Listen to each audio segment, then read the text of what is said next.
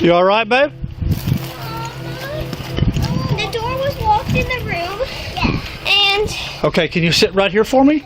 These are the two daughters of 28-year-old Ashley Fish. In just a few seconds, they're going to lead the officer to their mother's lifeless body inside the bathroom.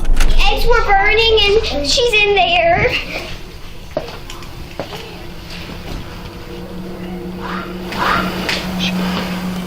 And as the oldest daughter bravely guides her siblings to safety, police are still unsure whether this was self-inflicted or if there's a killer on the loose. But they'd eventually discover that Ashley's killer is closer to home than anybody expected, pulling investigators into one of the most tragic domestic dispute cases the state of Louisiana has ever seen. Is she alive? No, she's not. They're young. Yeah, he done a number on her, that's for sure. I wanted him to leave. Get out there. Leave the girls alone. I said I'd just shoot you. I don't even know. We've created a GoFundMe for these children, starting with a $10,000 donation of our own. If you'd like to help, more details are in the description. On a quiet April evening in the small city of DeRidder, Louisiana, police receive a terrifying 911 call. But what would shock the dispatcher is the eerie calmness of the caller. 911, where's your emergency? Hi, I need to report a crime. Okay, what's the address? 265 Northridge Drive, in DeRidder, Louisiana. Stay on the line while I get through to please hold with us. Thank you. At this moment, the caller hangs up, leaving officers worried he might be in immediate danger. Officer Josh Stanford rushes to the reported address, unaware that he's only moments away from discovering a scene more disturbing than he could ever imagine.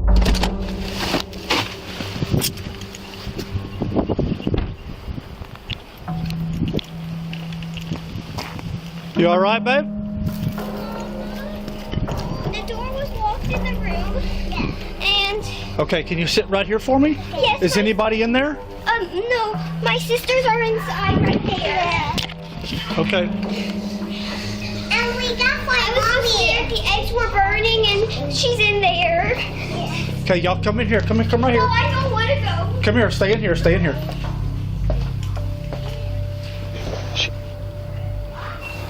254 City. The woman has a single bullet wound to the right side of her head and appears to have been dead for some time. Yet the male caller is nowhere to be found. But then the officer remembers there are still 4 young girls nearby who have just lost their mother. Come here. Come here. We're all alone. Come help me. Come help me. Do you know these children? Yes, they're our neighbors. Okay. Yeah, like Maddie. You got parents here? Yes. Huh? Can you take them to a secure place for me? Was there anybody else here, baby? I don't think so. I don't know. In an unimaginable act of courage, the eldest daughter guides her younger siblings to safety, leading them to the neighbor's house. The neighbor bravely takes in the 4 traumatized children, who would later turn out to be instrumental to the investigation. Officers head back inside to try to locate the caller, completely unaware that he's the one who pulled the trigger. Is there one victim or 2? I'm at Northridge. City, do I have one victim or 2?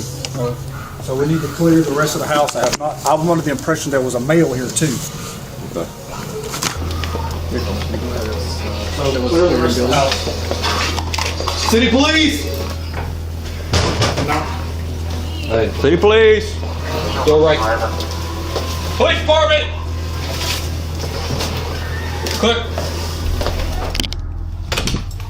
See, when Gladys was on the phone with him, I was under the impression there was a male subject that had been shot. Look out in the backyard. Check the backyard. What's that, a smell? The eggs were burning. Oh, they cook? Oh, okay. Where's she at? She's in that bathroom in there. Oh, hell. Everything else clear? Everything else is clear. Officers find no one else inside, leaving them still in the dark about who the caller really is. They'd further look into the victim's injuries and quickly realize there was almost no imminent struggle, leaving officers questioning whether the injuries may have been self-inflicted. But before anything else, they still need to identify the victim, and this is when the officer would make a devastating discovery, one that would turn this into a far more personal case. I didn't want to wait till you got here before I started trying to find an ID or anything. Let me... Hey, you want me to turn the stove off? Yes.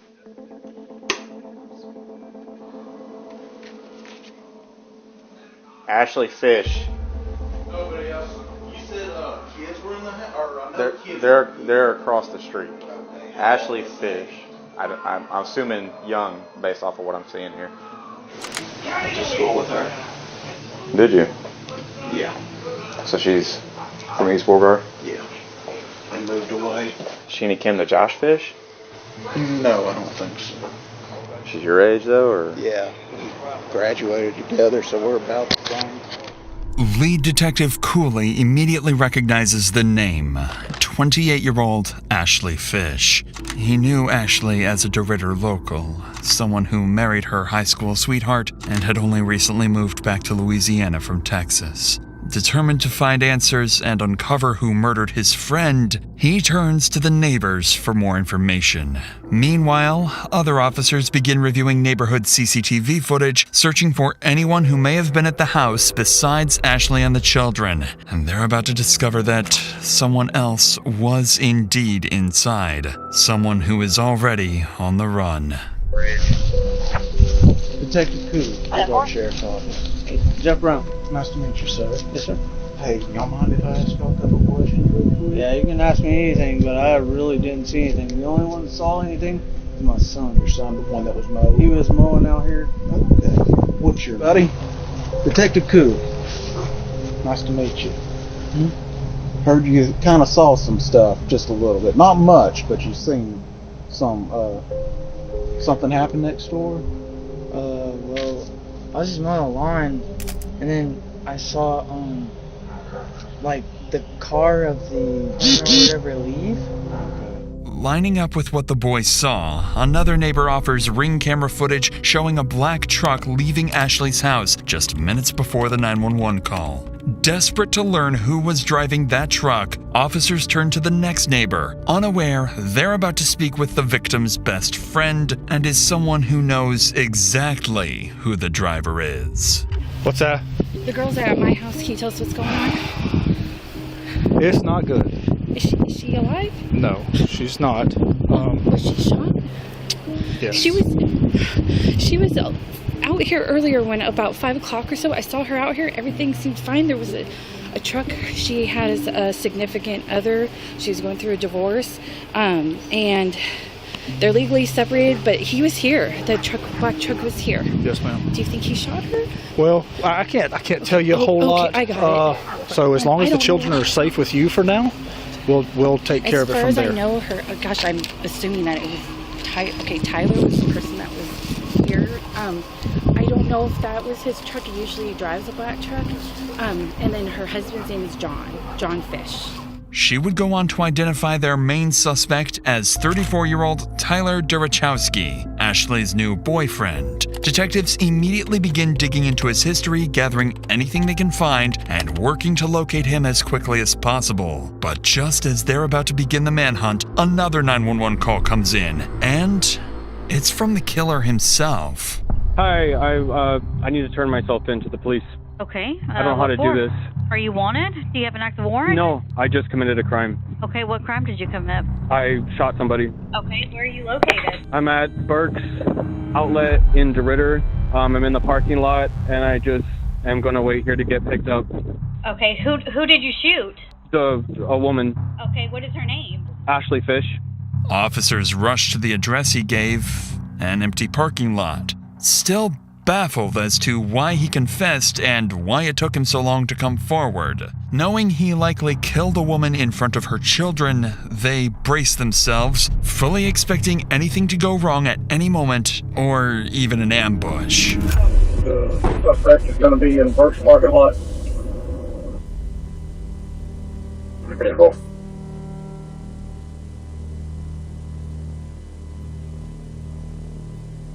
Okay, so the easiest way to do this is sit down on your butt and just turn your legs in, okay? Understood. I'm good if y'all want to go assist me. Are you out with that subject at first? Can I disconnect? With the main suspect arrested, officers have no idea the investigation is moments away from taking another unexpected turn. When they search his vehicle, they find no weapons, but they do find multiple prescription drugs, vials of testosterone, and syringes. To their surprise, Tyler seems unusually calm for someone who just took a life, and it would quickly become obvious that this calm, controlled demeanor is part of a plan to get away with murder. If you're still comfortable talking to me, can you tell me a little bit about what happened out there? This woman and I got in an altercation last night. Things were kind of falling out between the two of us, just relationally, and I was getting ready to move back to Oregon. So she pulled out, she had a gun in her drawer. She loaded it and was pointing it at me, and we started fighting, and it went off.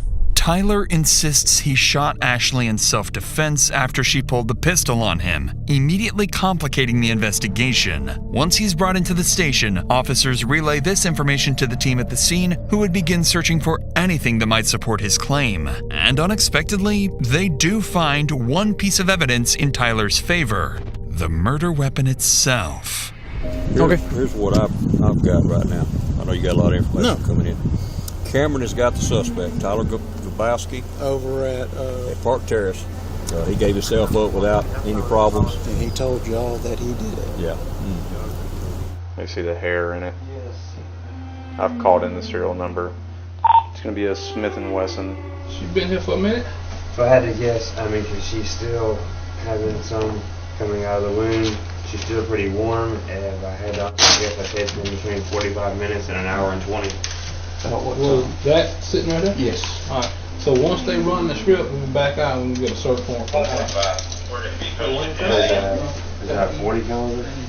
Detectives still find no evidence of a struggle, but they do discover something unexpected. After running the gun's serial number, it comes back not to Tyler, but to Ashley herself, meaning his version of events may not be entirely false. And with that, investigators begin to grasp just how little physical evidence actually ties Tyler to the shooting. They then finish processing the scene, send Ashley's body for autopsy, and her phone for forensic examiners to be unlocked. Shortly afterwards, the grandparents arrive at the scene to pick up the 4 traumatized children into their care. It's at this point that it becomes clear. The oldest daughter witnessed something she will wish she never had. I've got some grapes and some strawberries. Yummy. Yummy. Are y'all hungry?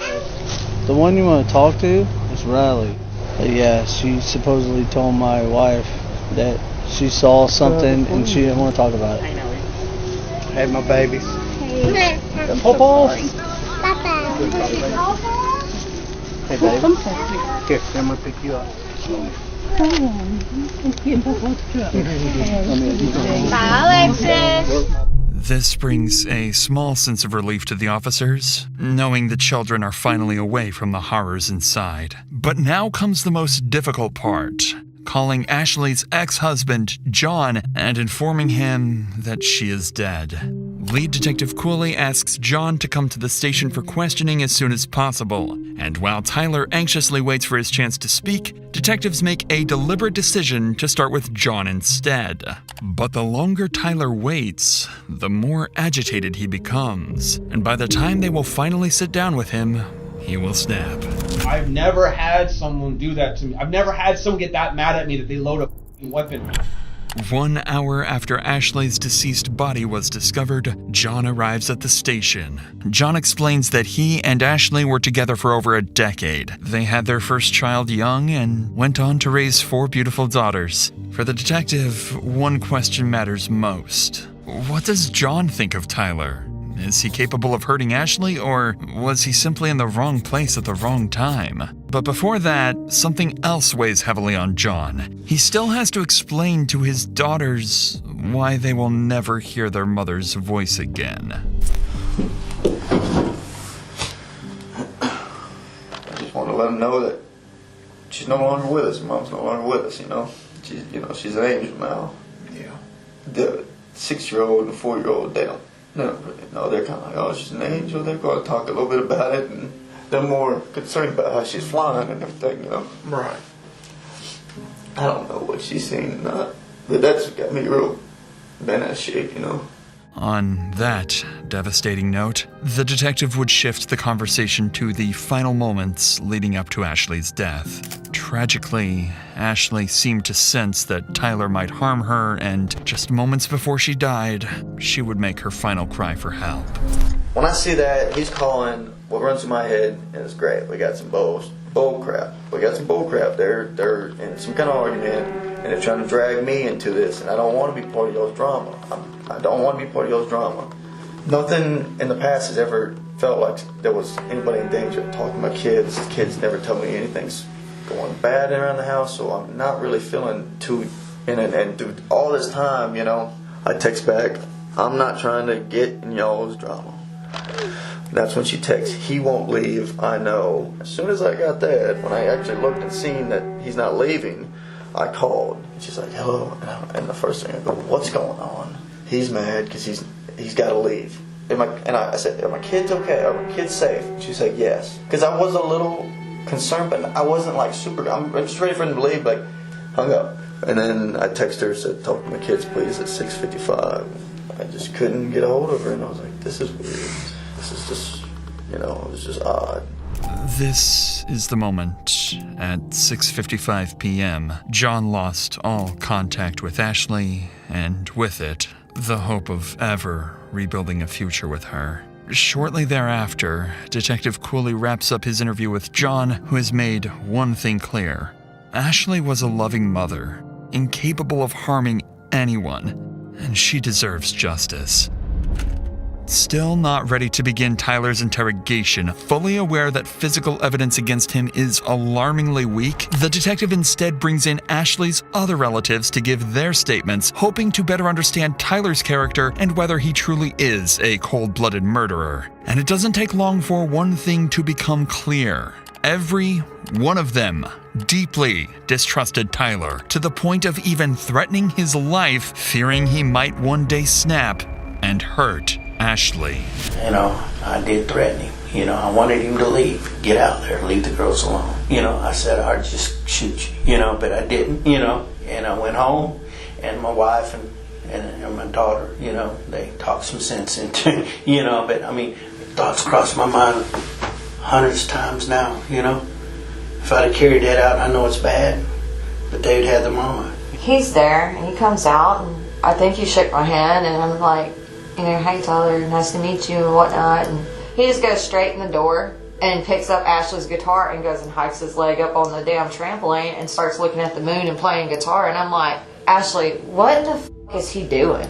Can we just go inside? I don't want to hear this prick playing or something, you know, just something. He stops and he come over there to pull us apart, and I just rear back and punched him in the side of the head. And I had told her, he needs to go. You know, you need to get this done and get it done. Get him on the road.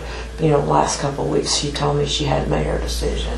He did have to go, and this time it was for good. She said, I will be alone.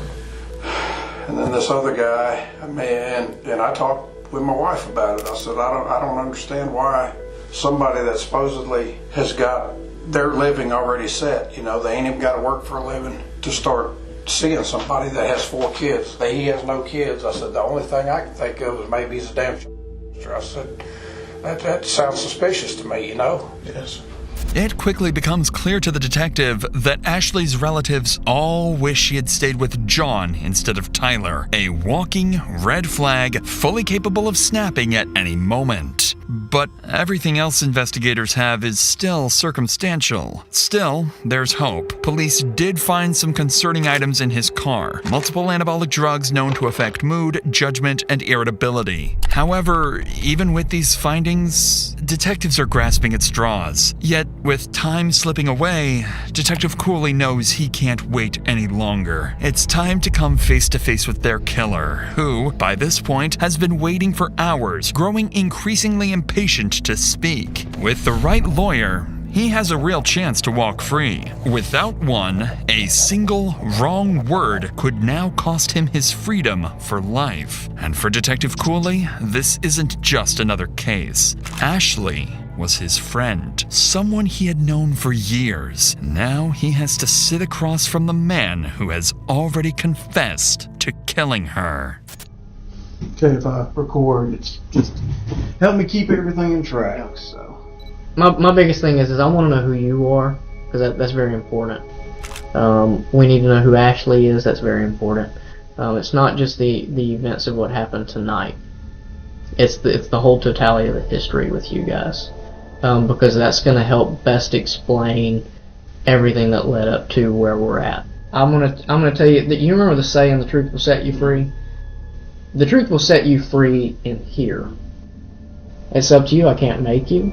I would love to know. We would all love to know, just for the sake of you, and for the sake of Ashley, obviously.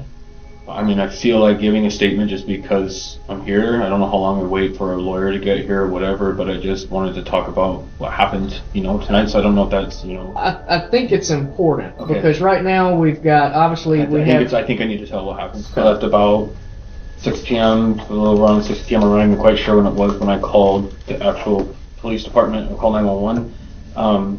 What I had left it as, there were 4 children in the house and a woman. From the outset, detectives suspect Tyler has a plan, and that turning himself in may have been his first step in trying to appear more innocent. And as the interrogation unfolds, that plan becomes crystal clear. Everything that happened that night was, according to him, Ashley's fault. The woman and I had an altercation with a loaded weapon, and she has a bullet in her head. Never initiated violent contact on her like that. I'm not the one that pulled the gun. I don't have the gun. I don't want the gun. I don't want to in disputes with a gun. No intention to shoot Ashley. No. I've never had. I don't want to take a mother away from her 4 kids. That's not my thing. I close the door. I lock that bedroom door to the bedroom so the kids don't go in there. I had emptied out the gun. It was empty, and I left it there, and I went out. I didn't know what the fuck to do. I'm sorry. I wasn't perfect. The kids were there. There's a 9-year-old there that's really responsible and was watching the kids. The neighbors were outside across the street, or I had seen neighbors outside at one point across the street. I felt like I just needed to go and be like, this just happened. So I drove to the parking lot down the street and just called 911.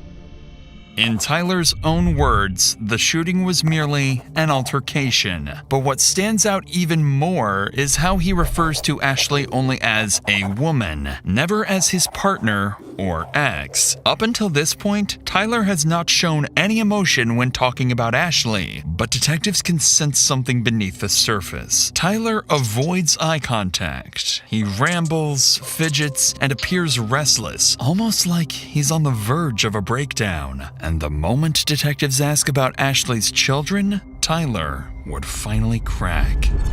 And she's got how many kids? 4 kids. 4. That's what I was told. Yes. Okay. Do you know their names and ages? Yes. Yeah. Emma's 2. Josie's 4. Lexi is 6, and Riley is 9. Okay. Were they all at the house tonight? Yes. Okay. This is the first real emotion detectives have seen, but they needed to determine whether this is genuine guilt, a calculated tactic, or emotional instability tied to his anabolic substance abuse. Aware that Tyler could shut down the interview at any moment, Detective Cooley grows more cautious, so he starts carefully probing Tyler about any problems in his relationship with Ashley, and this is when Tyler would slip up.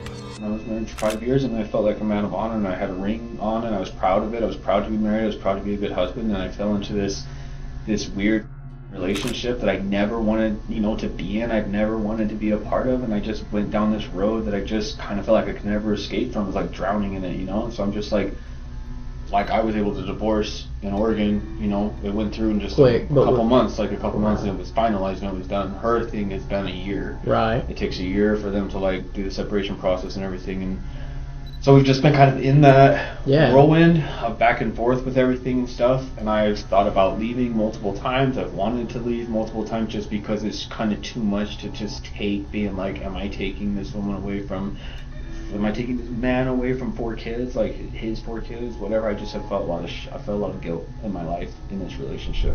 According to Tyler, he felt guilty and was planning to walk away from the relationship. But detectives already know this isn't true. Ashley's ex-husband has already shown investigators messages in which she repeatedly complained that Tyler refused to leave. Additionally, detectives uncovered love letters exchanged between Tyler and his ex-wife, proof he wasn't trapped at all.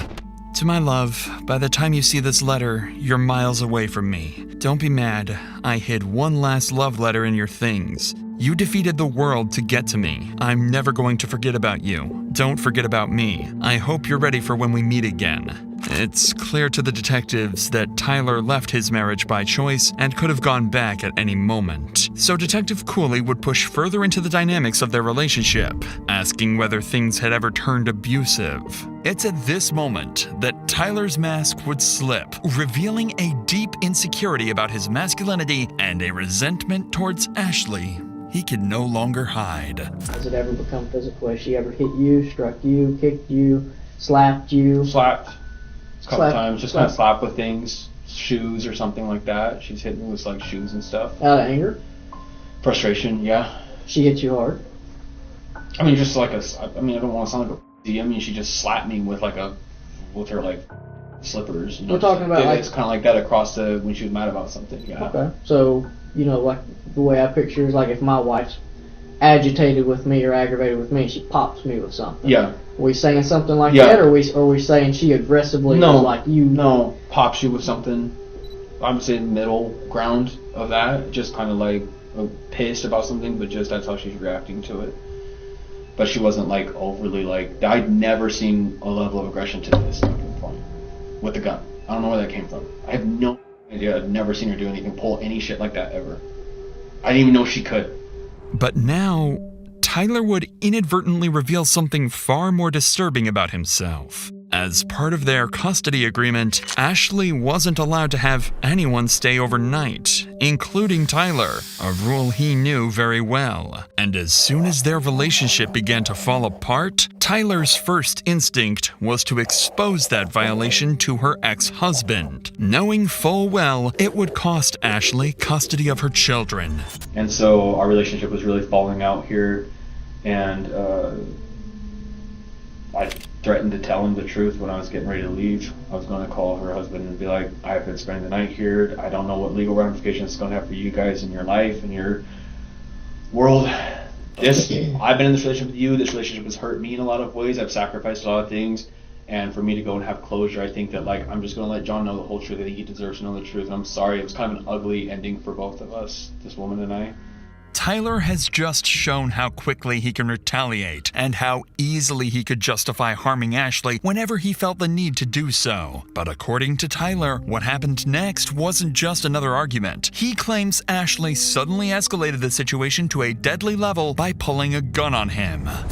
She has a loaded gun, or she has a gun in her drawer next to the bed, and I was in the bedroom talking with her, and she loaded her gun and cocked it back and basically told me that she wasn't going to let me call and tell.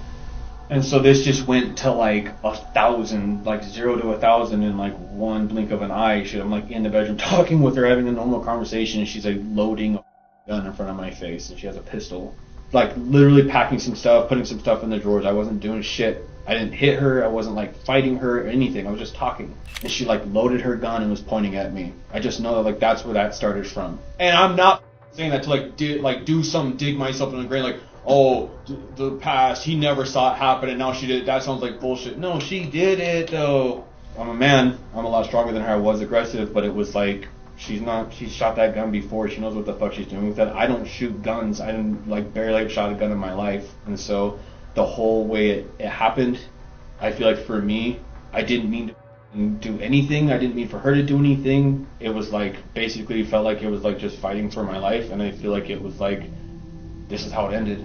According to Tyler, this chaotic struggle wasn't aggression, it was survival. Detectives continue to press for details about what happened in the bathroom, and what Tyler would say next would either support his self-defense claim or unravel it completely. Okay, how long from the time she came into the bathroom to where it escalated to the point she gets shot? Talking about seconds or minutes? 2 minutes probably. Talk to me Just about struggling. those 2 minutes. Talk Just to me fighting, about trying to. It's a combination of talking, moving the gun around each other. It's just like I'm trying to grab her. I'm trying to hold on to her. It's just like it was just felt like it was like fight for survival. I don't know what was going on. I felt like she was going to kill me. So at no point you stripped the gun from her and had the gun in your hand totally? Not until it was over. Not until she was on the ground. Were you on top? Was she on top? Behind.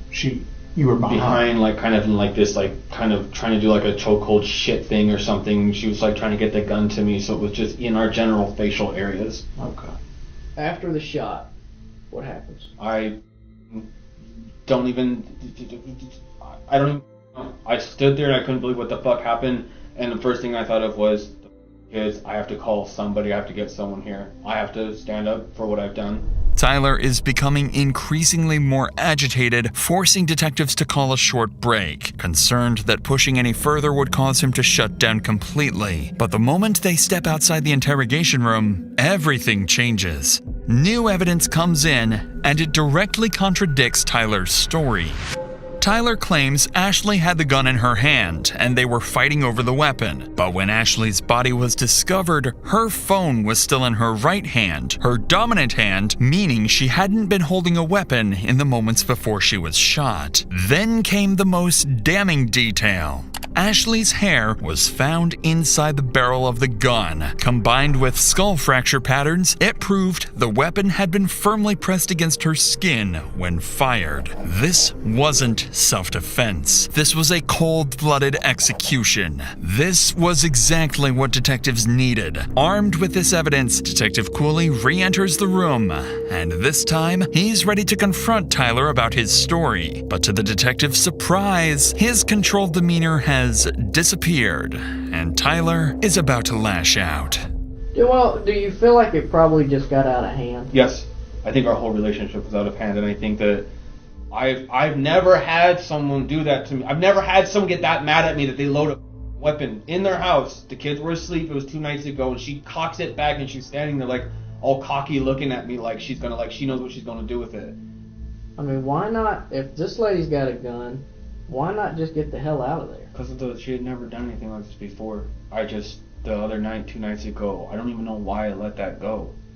I should have left the house. I guess, is it fair to like say I was afraid for my life though? Yes. Like, is that fair to say that? I mean, I feel like the cop out there was like, you're a big dude, and I feel like it's not fair if it's like, you look like you can handle yourself, you could have just like punched her in the face or like kicked her or something or like done something, and I'm like, I don't know, man. One bullet goes off and you're fucked. Yeah. So I just felt like it was like, for me, it's not about that. That's right. It's about it was a fight for literally like, I don't know what the fuck she's gonna do. She threatened me the night, so now I'm just like, I don't even know. It just feels like it was an accident. I didn't try to murder anybody. I didn't try to kill anyone. I don't know how, I don't know what the happened. I don't know. I worked in the medical field and I know that it's not good. I know that. Tyler's words no longer sound like the frustration of a man defending himself. They sound like hostility towards someone he blames for everything that happened. But this is when Tyler would start to realize he isn't coming across the way he hoped. And when detectives press a little harder, they're about to make their biggest mistake, pushing Tyler to shut down completely. We're still missing some things that I feel that you're kind of rushing through, and I think it processing today. I just want to feel like I'm like someone's like on like kind of listen like on my side. On your side, right? No, but I'm not trying to. I get what you're saying. I know. I've seen this in the movies. I know what I'm trying to do. Like it's like the more I tell them now, it's like the better it looks. Like the more I just tell them now, it's like. But I'm getting to that place where it's like we're at like the heart of everything that happened. I'm trying to be really careful with like. If I fuck up or if I say something stupid, I don't know what, the more I talk, I feel like the more it's like going to look like, oh man, dude, I'm trying to explain the best I can what happened. Right now, the whole world, if they know what just happened, is probably like that guy's a piece of shit. So I'm like, feel really alone where I like don't have anyone. My family's not here, no one's here. I understand that Ashley's not here either, and I'm trying to process that shit right now.